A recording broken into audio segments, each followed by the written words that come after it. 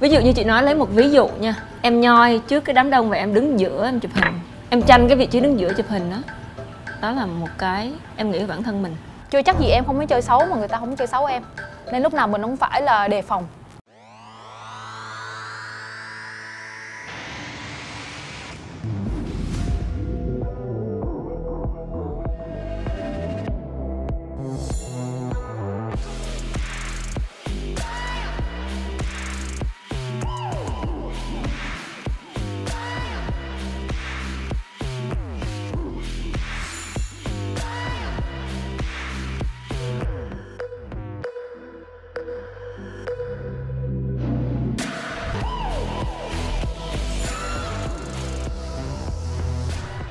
Nguyễn Trần Khánh Vân, Việt Nam.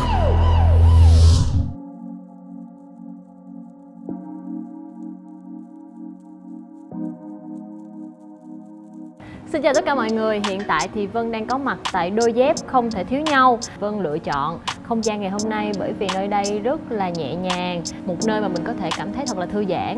Và chính vì vậy nên là Vân muốn chọn không gian này để có thể ngồi cùng với lại các chị cũng như là các đại diện Việt Nam ngày trước đã từng tham gia Hoa hậu Hoàn vũ thế giới.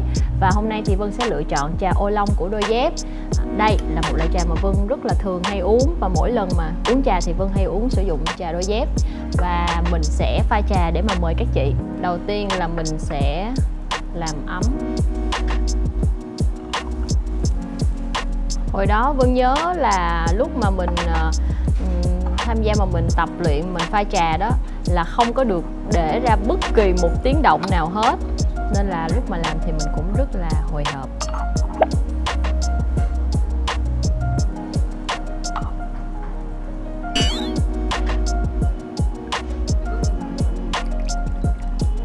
Đây là công đoạn mà mình rửa ấm nè, rửa chén nè, cũng như là mình làm nóng ấm, nóng chén trà.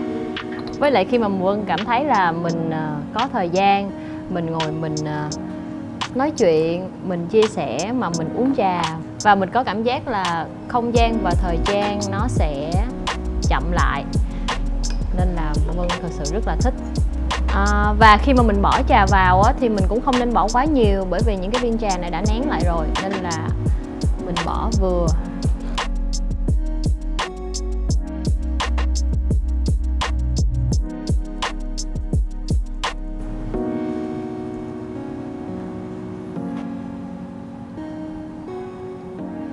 Và bây giờ thì trà đã sẵn sàng rồi, và Vân bây giờ rất là nóng lòng để có thể chào đón tất cả các vị khách mời ngày hôm nay.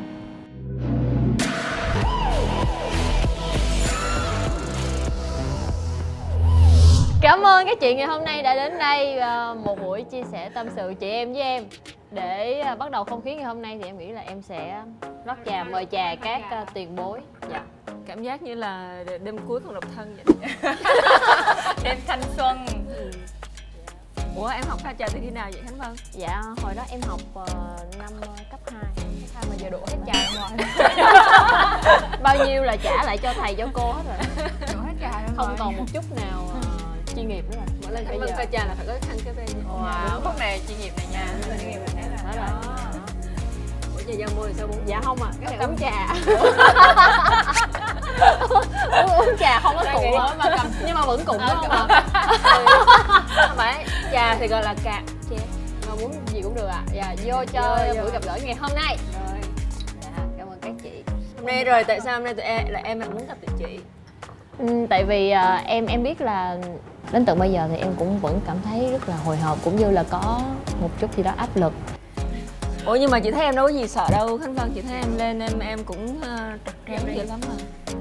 Có không chị? Có chặt chẽ. Nhưng mà em thực ra em muốn hỏi nhất là tinh thần về khi mà mình đi thi. Thì ngày hôm nay thì em nghĩ là để cho cuộc trò chuyện của mình trở nên thú vị hơn thì em có chuẩn bị. Trời ơi. Nhưng hôm nay ai uống hết ly này thì mới được nói. Dạ, dạ nói chứ trong đây thì sẽ là một số những cái câu hỏi của em, và em rất là muốn hỏi các chị để mà các chị có thể cho em những cái ý kiến. Dạ, đây, em sẽ mở câu hỏi đầu tiên. Câu hỏi đầu tiên là giữa tiếng Anh hay là tiếng Việt? Đừng bắt chữ em nha, chữ em hơi xấu. Rồi, 1, 2, 3 dấu bảng xong rồi đập một cái là lên đúng không? Dạ, 1, 2, 3.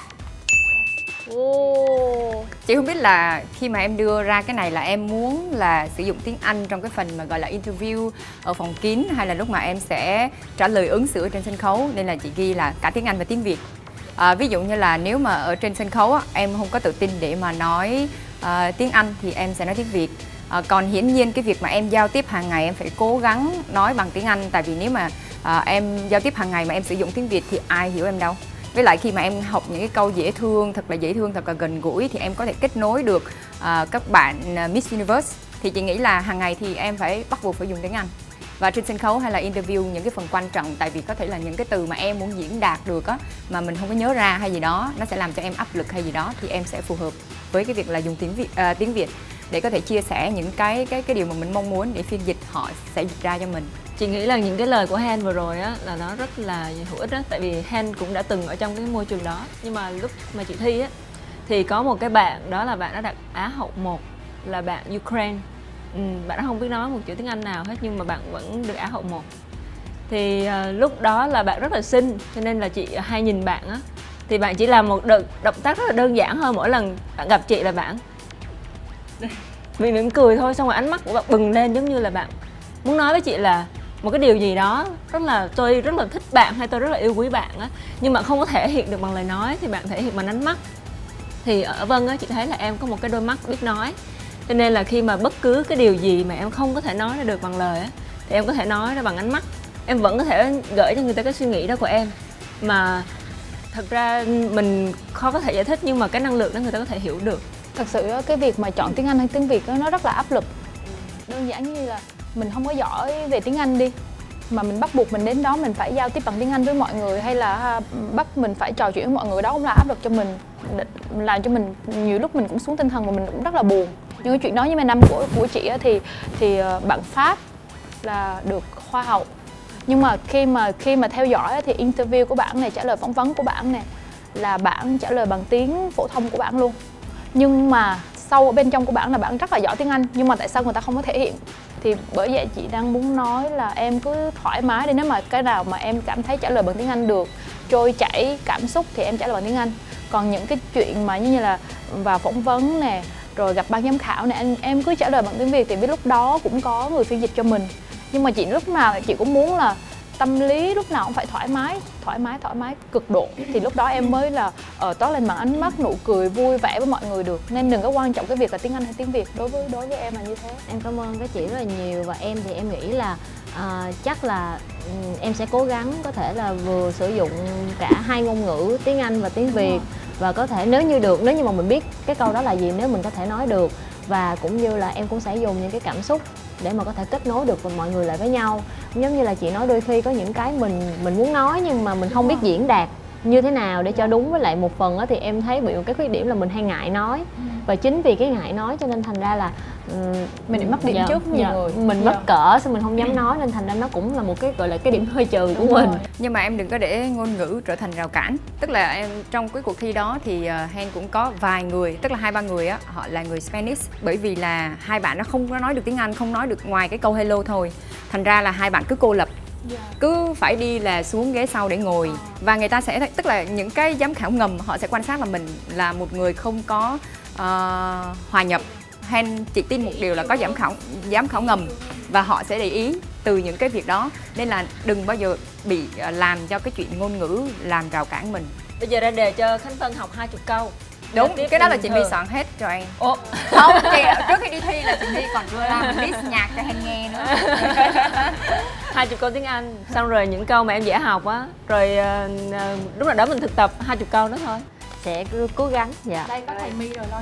Trời, vẫn nói sai như thường nha. Nói chục năm mà vẫn nói sai như thường. Dạ, câu này đó chính là truyền cảm hứng hay chứng tỏ kỹ năng. Sao khó quá vậy? Khó vậy? Trời, 2 cục kia của tôi ai ăn rồi? Dạ rồi.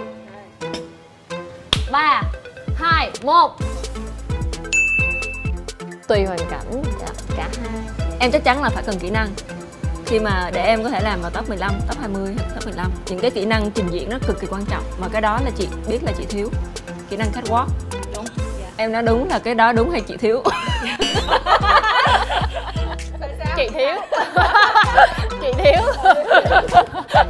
chị tự biết là chị thiếu và chị không có chị không thể làm được điều đó tại cái thời gian á và mọi thứ nó quá ngắn. Nhưng mà cái mà chị thích á là cái về phần tiếng Anh. Ở trong cuộc thi chị giao tiếp rất là tốt tiếng Anh và chị hầu như là có thể là nói chuyện rồi.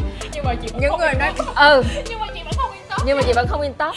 không phải những người mà nói tốt tiếng Anh á thường trấn an mọi người nói tiếng Việt. Cũng trấn an chị nói tiếng Việt á, nhưng mà chị đi thi xong chị thấy là không phải. Thì chị thấy là khi mà chị cần kỹ năng trình diễn tốt thì để em làm chủ sân khấu á và em có cái khả năng mà kết nối với tất cả mọi người, chị ước là chị biết điều đó sớm hơn và chị có thực tập. Nhưng lúc trước khi mà chị đi thi á, chị không có nhiều cái cơ hội để trình diễn thời trang tại lúc đó chị cạch mặt sàn diễn mà. Nên là đó là hậu quả. Còn về cái phần truyền cảm hứng á, lúc đó là em làm phần này hầu như là toàn cuộc thi. Mình gọi truyền cảm hứng không phải là mình chủ đích là mình truyền cảm hứng, không phải là mình ta đến đây để truyền cảm hứng, không phải vậy. Vậy là nó kỳ lắm. Ở bên trong á, em suy nghĩ một cái điều gì đó mà em cảm thấy là tự tin. Ví dụ như là em đến đây để em tận hưởng một cái gì đó nó tuổi trẻ chẳng hạn, hoặc là em đến đây để em lan tỏa cái sự yêu thương của em mang hết cái đó em đi mang theo cuộc thi và em hãy tỏa sáng và đỉnh điểm nhất á, cái thời điểm cuối. Lúc mà em ở trên sân khấu em có thể lan tỏa ra hết tất cả mọi người ở đây cộng với tất cả mọi người xem TV. Chết rồi, nói hay quá chị không nói được. Nó hay quá luôn. Em chị ở trong top lịch sử mà. Trời ơi, làm tốt thôi nha. Nói về phần kỹ năng, đúng, trên sân khấu nếu mà mình không có kỹ năng tốt, mình không có tự tin, mình không có nhiều kinh nghiệm mà tại Việt Nam á, thì khi mình diễn bên đó mình hơi bị trơ vơ, giống như là mình không biết mình sẽ như thế. Còn nếu mà mình đã có những kỹ năng đó rất là tốt rồi thì mình chỉ có bước ra thôi, tại mình cảm nhận đó là sân khấu đó là của mình và mình đang trình diễn và mình đang tỏa sáng trên cái sân khấu đó là của mình. Còn nói về cái chuyện mình truyền cảm hứng á, cái này giống như là Quá trình dài á. nó là một cái quá trình một cái gì đó nó tự nhiên nó bộc lộ tại một cái thời điểm nhất định thôi, chứ không phải là nó nguyên cả quá trình. Còn cái tâm thế khi mà đi thi á, mình sẽ đặt vào người khác, đặt vào tất cả chứ không phải là về mình. Nhưng khi mà bạn hay đi thi bạn không có nghĩ mình hoặc là người khác nghĩ về mình hay gì đâu. Ví dụ như chị nói lấy một ví dụ nha, em nhoi trước cái đám đông và em đứng giữa em chụp hình, em tranh cái vị trí đứng giữa chụp hình đó. Đó là một cái em nghĩ về bản thân mình. Không phải lúc nào mình cũng nổi bật để mình có một cái bức hình đẹp, mình chen ở vị trí giữa là nó sẽ làm cho mình ghi điểm, không phải như vậy. Thì những giám khảo, những cái supervisor trong cuộc thi là những người có cái độ nhìn sâu rất là nhiều ở những cái cô gái trẻ này. Họ muốn gì, họ đang làm điều gì thì những người đó đều nhìn thấu hết.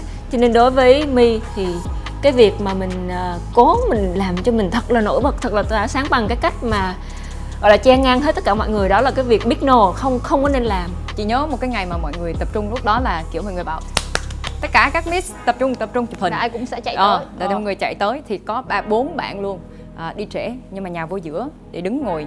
Nhưng mà chị với một số bạn á, mọi người cứ bạn lên trước đi, bạn chụp đứng chỗ này đi, tôi mang dép cao nè, tôi đứng đây được rồi, kiểu như vậy á. Đó là một cái gì đó mà quan sát rất là nhỏ bé thôi. Không, cái này Hằng nghĩ là nhưng mà cái này mình nhường. Cái này em nghĩ là Vân không có thái độ như vậy đâu. Tuy nhiên có một cái lưu ý nhỏ là tại vì em có một áp lực rất lớn là em sẽ bước ra sau ai biết không? Dạ Venezuela. Đúng, chính xác. Em bước ra một cái đối thủ rất là mạnh và thường ở những cái bạn đó là sẽ có cơ thể bốc lửa hơn mình và lúc đó là khán giả kia âm vậy nè. Quên em luôn. Nhưng mà lúc đó em không có nên để cái đó nó ảnh hưởng vào mình. Tại vì Miss Venezuela đi trước, cái xong là đẩy em ra thì em hồi lại 1-2 nhịp đã. Rồi xong rồi em mới đi ra. Thì em đừng có đi ra luôn, cái ngay lúc đó thì mọi người đang nhìn theo Miss trước rồi. Cái hào quang của người ta. Em phải chờ lại 1-2 giây sau, đó là kỹ thuật luôn á. Dạ, ở đây một câu hỏi em nghĩ rất là hay để mà hỏi ý kiến từ các chị. Đó chính là tóc xoăn hay tóc thẳng? Không, em hai đáp án nha. Ba. Đây là một bên thẳng bên xoăn. Ý em là 2 đáp án, lúc xoăn lúc thẳng. Chị vậy. Không, chị nếu mà đem bắn kết là Hằng thích xoăn hơn. Tại vì Hằng vẫn còn nhớ cái khoảnh khắc mà Vân bước ra thì tóc xoăn á, Vân cười á, rất là ngọt ngào. Thì Hằng rất là thích. Vẫn còn cái còn tóc thẳng thì chị không ấn tượng về em lắm, chị xin lỗi, nhưng mà chị vẫn thích là tóc xoăn hơn. Thì cái lúc em bước ra sân khấu khi mà đi thi á, em cười tươi, em mang dạ hội em cũng đẹp, mà em mang bikini em cũng đẹp. Không, bạn Katrina Gray á, thì bạn lúc mà bikini bạn sẽ để tóc thẳng. Còn lúc bà ra dạ hội bạn để tóc xoăn uốn để một bên. Tức là lúc bikini á, bạn để tóc thẳng. bạn đi ra rất là nhiều năng lượng luôn, bụp bụp tóc bạn bay nhìn đúng năng lượng của một bikini luôn. Thế xong tới lúc mà dạ hội bước ra, bạn để tóc xoăn, bạn để một bên sáng ơi là sáng đó, thì chị nghĩ là cái này là tính toán của ekip. Có nên là mình đột phá, mình có thể là bán kết tóc thẳng hay là chung kết tóc xoăn, hay là một cái khúc nào đó mình tóc thẳng. Câu cuối yeah. Ủa sao vậy? À dạ, câu hỏi đó chính là sang trọng ít nói hay quyến rũ tạo điểm nhấn? Cái này mình cũng có nói sơ sơ về cái phần mà chọn tiếng rồi đấy. Dạ 3, 2, 1. Bây giờ wow. Dạ. Ủa đâu bắt chị là phải là ghi ra những cái nét mà để cho Khánh Vân ghi cái gì chị ghi? Đã nghe em ghi đi. Thì với câu hỏi người ta là em không sang trọng ít nói hay quyến rũ tạo điểm nhân? Kệ chị. Quyến rũ ngọt ngào cá tính rồi. Kệ chị. Đáp án hồi nãy á, hai cái mà em đưa á, chị thấy nó là một, nên chị tóm gọn nó là của ban tổ chức, là của em. Còn cái này là ý của chị, tức là nó phải là hai cái này mới là hai cái khác nhau. Là một cái gì đó nó vui, năng lượng, là một cô gái rất là trẻ trung, nhiều năng lượng, thì nó mới khác cái mà đầu tiên hồi nãy. Còn cái hồi nãy nó tóm gọn là một con người, của Queen, của hình ảnh của một nữ hoàng. Còn cái hình ảnh này của một cô gái, có thể là nữ hoàng, cô ấy vẫn có thể là một cái nhiều người vai á, bình thường. nhiều vai đó. Yeah.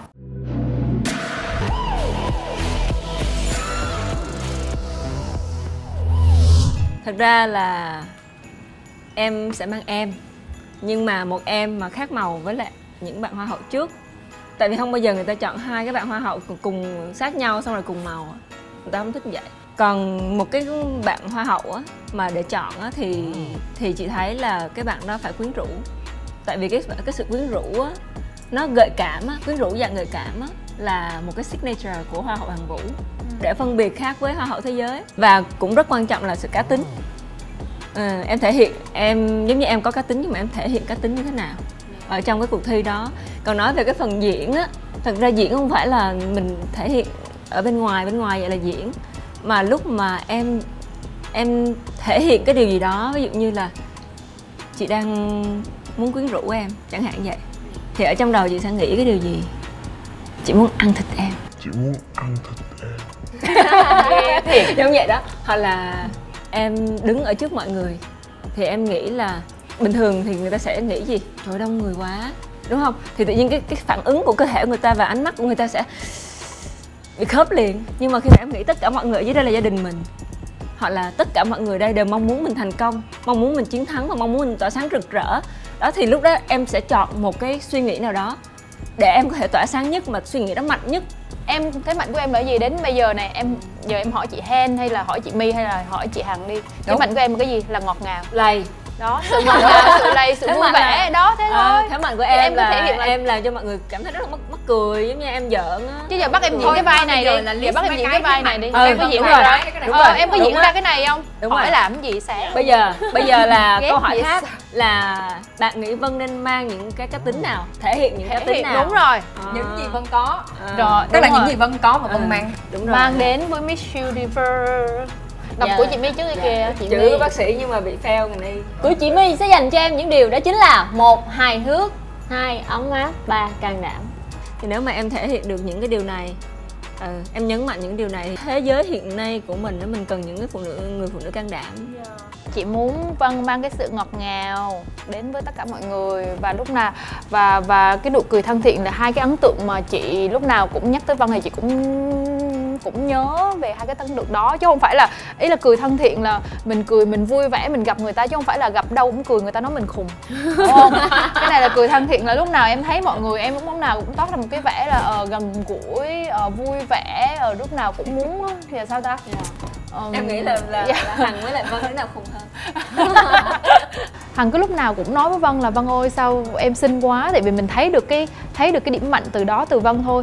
Và hy vọng là sắp tới đi thi Hoa hậu Hoàn vũ thế giới, mong Vân lúc nào cũng có một cái tâm thế chuẩn bị đầy đủ này, tự tin này, vui vẻ này, thoải mái này, với lại quan trọng nữa là lúc nào cũng sẽ quyết tâm như đang đi thi Hoa hậu Hoàn vũ Việt Nam vậy. Chị Hen.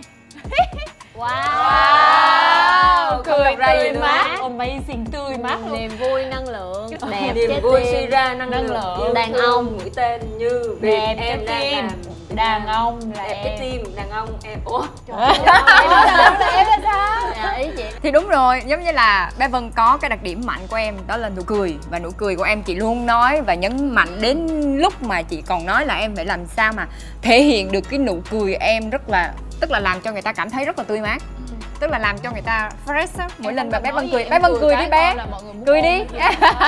Đó thấy không? Giống như là đó, ngay cả em còn phải ra đề cho người thầy của Vân có thể tạo được cái điều đó ở trên sân khấu cho bé Vân luôn. Cái điều thứ hai là yêu thương. Yêu thương là cái mà em đang làm từ cái lúc mà em đang quan tới thời điểm hiện tại. Em làm cái dự án của em giống như đó, như dự án em làm ở Việt Nam, em có một cái tình yêu đó. Cái tình yêu đó em sử dụng và áp dụng với các bạn thí sinh, tiếp tục sử dụng nó. Còn cái thứ hai nữa là cái tính lâu lâu có tính đàn ông, cá tính của em nó rất là tuyệt vời luôn. Có thể là ai cũng như nhau hết, ai cũng đang cầm dạ hội nặng nề hết, nhưng mà có một người bạn bị bung giày, nhưng mà em, cái tính đàn ông của em, ga lăng của em, tức là em có nha, nên chị mới nói em phát huy á, là đó em có thể giúp bạn, đỡ bạn. nhưng mà dạ em sẽ mang đúng cái tinh thần mà ngày trước mình đi thi như thế nào, ở Việt Nam mình Đúng sao rồi. thì em nghĩ cái đó là cái mà em nghĩ em có thể làm được tốt nhất. Còn đôi khi là có rất là nhiều người mong muốn em sẽ được nhiều hơn nữa, phải chỉnh chu hơn nữa, phải tốt hơn nữa, nhưng mà đôi khi có những cái nó chưa thực sự phù hợp với em, mà nhiều khi nó nằm ngoài khả năng mà rồi. của em có thể làm được. nãy giờ chốt lại là nãy giờ là mình nói gì cũng Vân quên hết đi, em cứ Em cứ giữ như em cứ giữ cái mũi lên được chị xóa ở đây. Là em xóa hết, chết rồi. Bây giờ còn cái gì nữa muốn nhắn nhủ với lại Vân thì nhắn nhủ đi. Nhắn nhủ gì, giống như là cái câu này chị cũng nhắn nhủ với Hen trước đó, đó là em phải là em thôi, phải chính là em thôi, đừng có phải bắt buộc hay là mình theo một cái hình tượng nào cả, hay là mình phải diễn một cái vai nào cả, hay là mình phải cố gắng làm sao để mà tạo ấn tượng nhất trong cái đám đông như thế. Em chính là em thôi, cứ cười, cứ thân thiện, cứ vui vẻ, cứ ngọt ngào. Chị nghĩ là em phải hết sức để ý đến sức khỏe. Tại đây là một cuộc thi có thể là nó không có dài, nhưng mà nó cũng là thời gian nó rất là dày đặc và rất là gắt. Tận dụng mọi thời gian để mình có thể ngủ nghỉ. Với lại cái này chị nói luôn, cái này là phía bên trong thôi nhưng mà cũng cần thiết cho em. Chưa chắc gì em không có chơi xấu mà người ta không có chơi xấu em, nên lúc nào mình cũng phải là đề phòng. Đề phòng hơi mất thời gian, hơi mất năng lượng ấy. Không, đề phòng một chút xíu thôi, nhưng Vô buổi tư. sáng mình đề phòng mình Bí kíp, kỹ vô tư, càng bí thôi, kíp đề mình phòng. kỹ càng thôi. Nói chung cả hai nhưng mà Nó tốt mà, tại vì chị cũng bị mấy lần rồi nên chị cũng rút kinh nghiệm, nên thực ra cũng bản phải thân chị đề cũng phòng. bị đó. Đó Bản thấy thân chị không? cũng bị. Chưa chắc gì em không có cái chơi xấu người ta mà người ta có chơi xấu. Nhiều khi cái trường hợp của chị là tự nhiên cái bạn nó đi nói với cái cô supervisor, xong rồi cuối cùng khi mà thi xong rồi viết cho chị một cái lá thư xin lỗi thì nó đã quá trễ rồi. Đối với My, người bạn cùng phòng rất là quan trọng. Thì My bị một cái điều cũng khá là đáng tiếc là khi mình ở chung với cái bạn cùng phòng thì mình không có đi chơi hoài với bạn đó được. Nhưng mà My cũng muốn đi chơi với những bạn khác nữa. Thì bạn đó nghĩ là My không có thích chơi với bạn đó mà My thích hôm nay chơi ngồi với bạn này, ngày mai ngồi nói chuyện với bạn khác. Thì My nghĩ là nếu như những cái bạn sau thì My sẽ khuyến khích các bạn là có cái việc gì lấn cấn, vấn đề gì đó thì cần phải giải quyết ngay với người bạn cùng phòng. Thì chị nghĩ là em chỉ có 10 ngày như vậy. Thì em cái ngày thứ 10 của em là chung kết. Thì trước đó là 4 ngày em bán kết. Thì trong những cái thời gian này là em chỉ tập luyện thôi này. Nên em phải có một cái sự tập trung rất là cao trong cái việc mà em thi. Cái việc mà tập trung và quan sát của em phải cực kỳ cao. Với cái thứ hai là sự quyết tâm. Em phải dành những cái sự quyết tâm lớn nhất ở tại đây. Có thể ở Việt Nam có những lúc mà làm cho em nản chí hay là sao đó, làm cho em buồn, có những cái vấn đề đó. Nhưng mà em đã bước sang lên máy bay rồi, em bỏ hết tất cả những cái gì đó ở ngoài sau luôn. Mà em phải có một cái tinh thần rất là quyết tâm chinh phục cái gì đó, và một cái tinh thần lạc quan và tận hưởng cái cuộc thi. Đó là những cái điều mà chị mong muốn là em phải quyết liệt cho chính bản thân mình. Thực sự đây là một cái điều mà Hen nghĩ là Vân nên thay đổi. Tại vì có những lúc là kiểu bạn bị quá áp lực, thành ra bạn bị tiêu cực. Và đó là một cái bất lợi, nó sẽ làm cho bạn có cái năng lượng xấu và hầu như bạn sẽ khó giải quyết vấn đề. Nhưng mà cái trưởng thành của bạn Vân là bạn đã có thể giải thoát được những điều đó. Và Hen hy vọng rằng bản thân Vân luôn luôn toát được cái năng lượng đó, giống như là cái năng lượng tích cực, cái năng lượng tươi mới đó. Không chỉ là cái lúc mà bạn quay hình, cái lúc bạn lên sân khấu, nhưng mà cái năng lượng đó phải toát thường xuyên ở con người bạn, ở cái lúc bạn làm việc. Phải luôn luôn cân bằng và phải mạnh. Tức là bạn phải là cái người truyền cảm hứng cho người khác. Dạ, ngày hôm nay thì em một lần nữa. Trời, em cảm ơn các chị rất là nhiều. Tại vì nhưng mà em rất là vui. Tại vì em biết là các chị lúc nào cũng yêu thương ủng hộ em. Không yêu thương em đâu, yêu tổ chức Miss Universe. Thôi yêu em đi mà. Yêu mái nhà chung. Yêu mái nhà chung, yêu mái nhà chung, Dạ. vì mái nhà chung. Nói chung là tụi chị chia sẻ cho em những cái gì á thì chị chẳng có mong em trả lại bằng cái gì đâu. Nhưng mà sau này Giờ chị muốn trả lại, em không có gì để trả. không có gì để trả cho tụi chị đâu. Em chăm trà là quá tuyệt vời rồi. Nhưng mà sau này thí sinh sau thì em cũng giúp vậy thôi. Dạ em cũng sẽ cố gắng. Vì mấy ngày chung. Cho mình yeah một cái đúng không chị ạ? Ok. Yeah. 1, 2, 3, yeah. Cố gắng lên. Dạ.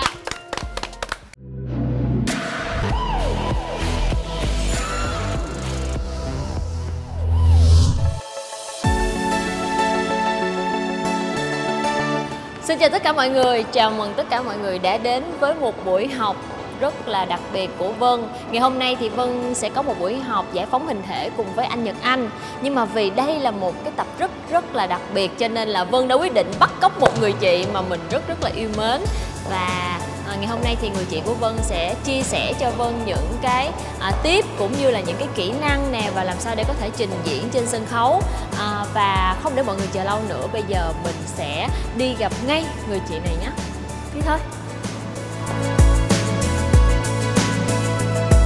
Hoa hậu nha. Từ thời gian đầu tới thời điểm hiện tại thì Vân đã tiến bộ. Ngày đầu tiên Vân tập thì Vân không biết cái mình đang sử dụng chân nào là chân trụ. Sau một thời gian tập luyện thì Vân xoay rất là chắc. Và thứ hai là Vân đã học được tay chân mình sẽ không còn bị liều khều hay lộng cộng nữa, và biết kiểm soát hơn về cái phần cái tay của mình. Vì tay Vân rất là dài nên Vân chưa biết cách khắc phục. Thì sau một thời gian dài thì Vân đã làm tốt được điều đó. Đi trình diễn á thì mình có thể là trình diễn theo cái kiểu người mẫu, ok. Nhưng mà khi mà mình đi thi á vào hoa hậu thì cần cái kiểu như là phải có một cái sự hơi đàn bà một tí. Thứ hai là em á, cái thế mạnh của em là cái catwalk. Cái bước đi của em nó rất là chắc, nhưng mà em đừng có đi theo kiểu người mẫu. Ví dụ như là nếu mà sân khấu mà ngắn như kiểu sân khấu của chị Hoàng Thùy như năm vừa rồi á thì em nên hạn chế theo kiểu như là làm mặt lạnh. Tại vì em không có nhiều cơ hội để người ta thấy được cái fresh của em. Và cái đó rất là mạnh của em hiện tại luôn. Em có một cái nụ cười thì em đừng có đi theo cái kiểu người mẫu như là trình diễn ở tại Việt Nam rồi. Cái đó mọi người đã thấy em rất là nhiều trên sàn diễn rồi. Cái điều mình học hỏi được hay là những cái điều mà mình cảm nhận ở tại Hoa hậu Hoàn Vũ thì mình thấy là đó là những cái may mắn của mình. Và mình nghĩ là mình không đủ tự tin để có thể chia sẻ cho Khánh Vân. Nhưng mà ngày hôm nay khi mà trong quá trình tập luyện thì Hen cũng có thấy rằng là có những cái mình có thể nhìn thấy và cảm nhận được bé Vân nếu mà điều chỉnh điều này hay là điều chỉnh điều kia thì sẽ làm cho Hoa hậu Khánh Vân tốt hơn rất là nhiều. Giữ cái đó, tại vì cái đó cái bài anh dạy cho Vân. Anh phải dạy cái dạ hội 2 bài nha. Dạ hội 2 bài, biết đi một bài. Kiểu chậm xong rồi cười xong rồi xoay. Nhưng mà chị xem một cái nữa là tạo dáng ở trên thôi. Hoặc là 5 giây nên là em phải làm sao tất cả các dáng em chuyển á, đều rất là đẹp hết, không có dáng nào mà gọi là góc chết hết. Và em chỉ làm đúng 3 giây hay 5 giây.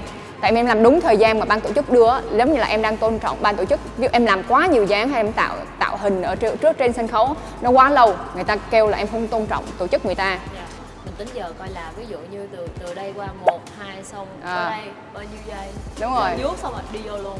Dạ. Không nhất thiết là mình phải qua đây xong rồi mình lại thì nó đúng rồi, nó rất là lâu. Hoặc là ví dụ như là ngâm, em nghĩ là ngâm cái khúc này. Ngâm cái khúc này mất coi vậy. Đúng rồi, cái khúc này phải ngâm, đúng rồi. Ngâm đây rồi đi vô. Còn nếu như mình là người kết bạn thì mình có quyền đúng không? Không phải có quyền. Nhưng mà bài chị nghĩ là bài bikini là bài mà dễ người ta thấy được cái năng lượng của em nhất.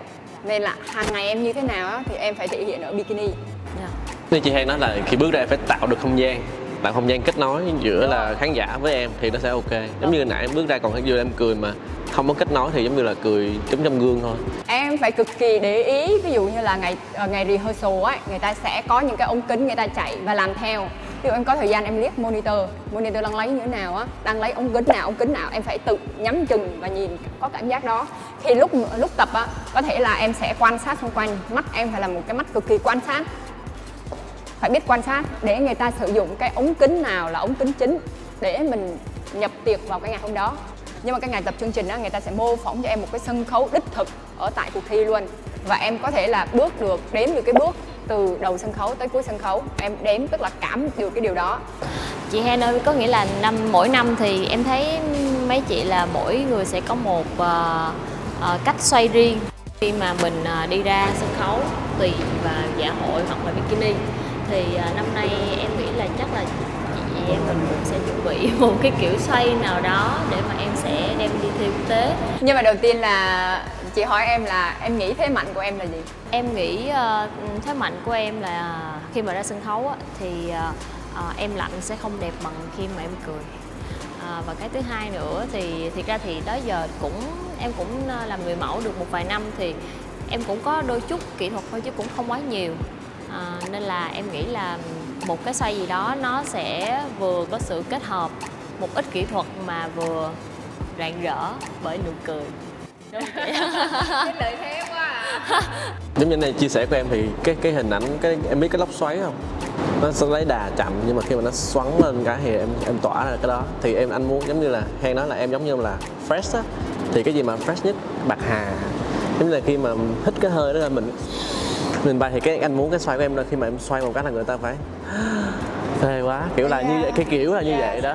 Nhật Anh và Hen dựa vào những cái ưu điểm của Khánh Vân đã thấy được cái điều là khi mà Vân xoay người thì giống như một cái cơn lốc xoáy, mang đến một cái sự gọi là cái làn hơi của vị bạc hà đó, mình cảm thấy rất là thoải mái. Thì Khánh Vân sẽ làm được điều đó. Về cái cách mà trình diễn như thế nào thì chị thấy chị cũng không biết là chị phải làm như thế nào để chia sẻ cho em, chị chỉ biết ra chủ đề thôi, còn mọi sự là cho anh Nhật Anh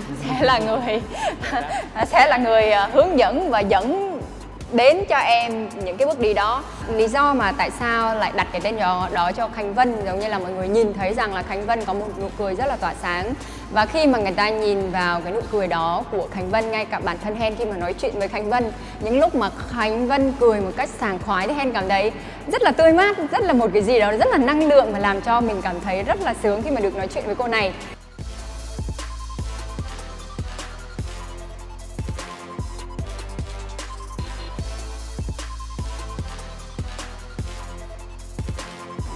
Là ý là chị Hen nói là xoay chậm nhưng mà Khi mà, đúng rồi mới đi. Kiểu vậy á, chứ đừng mà kiểu lấy đà từ ban đầu ngay là nhặt Không, ý là cái này không là lấy đà, ngâm nè, không lấy đà luôn, cái này ngâm luôn nè, cái này bước qua là ý là rồi ngâm cái tay bung ra luôn, bung ra chậm, ôm theo cái người. Dạ rồi. Chậm rồi, chậm nè, dừng là dừng cái tay nó phải ngang, 2, 3 chậm nè, dừng, không, giống như để ví dụ đang vậy em phải slow rồi mới đi tiếp. Đúng rồi. Kiểu vậy. Slow and stop. Yes, đẹp hơn rồi đó. Tìm trụ, dừng. Đúng rồi, đó, đúng rồi. Lúc mà khi mà em giống như là em đang quay cái mặt này nè, em đang quay cái mặt hướng này thì em kéo ra, đúng rồi, hất qua. Hồi nãy những cái ban đầu của em hất quá từ cái lúc này luôn, nên là nó không có đẹp. Thì em hất lên tới đây rồi đấy. Để giống như là đó, như là 3/4 thôi, ý là tới đây là 3/4 nè, rồi tới đây nè, lên, lên. Yes, đúng rồi. Nhiều rồi đó. Hen nghĩ rằng là không chỉ là giai đoạn này là hai chị em chia sẻ đâu, mà trước kia khi những cái lúc gặp nhau là cứ chia sẻ về cuộc thi, chia sẻ về những kinh nghiệm, chia sẻ về tất tần tật những cái gì mà liên quan đến Hoa hậu Hoàn Vũ. Và Hen có một cái cơ hội chạm tới vị trí là top 5 thì đó có thể đối với Hen đó là may mắn, nhưng mà Hen muốn là những người đàn em của mình, những người về sau, họ luôn có một cái tinh thần, luôn có những cái may mắn và luôn có những cái thành công ở tại Hoa hậu Hoàn Vũ, mang cái sự tự hào tôi là cô gái Việt Nam, mang cái sự tự hào tôi là Hoa hậu Hoàn Vũ Việt Nam đến tất cả mọi người, truyền cảm hứng cho giới trẻ, và hơn hết phải luôn luôn trong một cái tầm thế tôi luôn luôn tự tin và tôi luôn muốn truyền cảm hứng, làm những điều tích cực cho cộng đồng và xã hội.